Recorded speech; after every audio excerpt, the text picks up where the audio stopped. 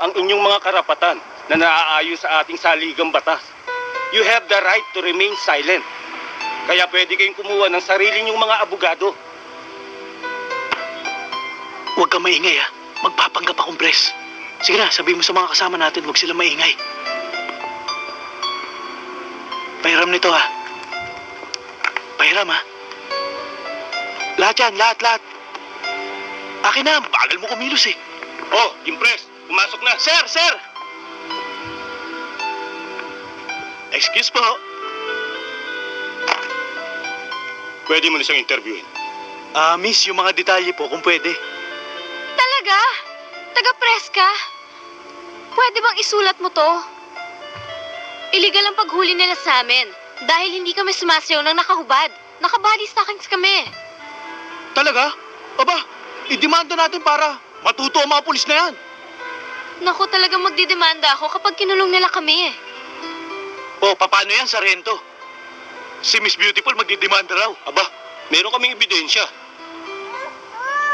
At anong ebidensya ang meron ka, ha? Gusto mo ipupuko sa'yo tong typewriter mo? Ha?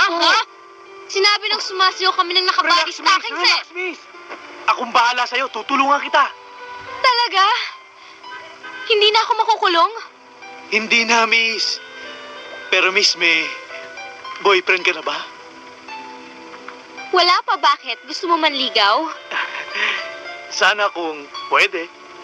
Nako! Alam mo ba, pag linigawan mo ko, ngayon din sasagutin kita.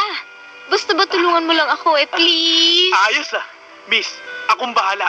Yung mga yan, ididemanda natin para matuto. Talaga? Sir, Oo. excuse me. Gusto daw kayong makausap ni Colonel Sanchez. Ma'am. Pulis ka, ha? Sir, pwede niyo na siyang idemanda ngayon ng serious physical injury. Isa ka pa. Malimbing tong taon to eh.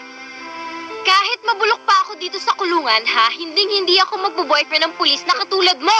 Ha? Bakit naman? Dahil wala akong katiwa-tiwala sa mga babaero at bolero, Babaero? ha? Na pulis na katulad mo. Kaya, Sargento, pwede ba ikulong mo na ako? Oh! Huwag mong hahawakan yan at huwag mo ikukulong yan. Ikaw rin, Sargento. Alam mo, yan ang gusto ko sa babae. Matapang, lumalaban, parang tigre. At yan naman ang ayaw na ayaw ko sa mga lalaki.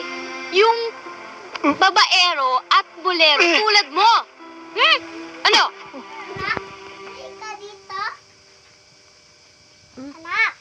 Ay, puno talon. Sige, tibuon mo ulo.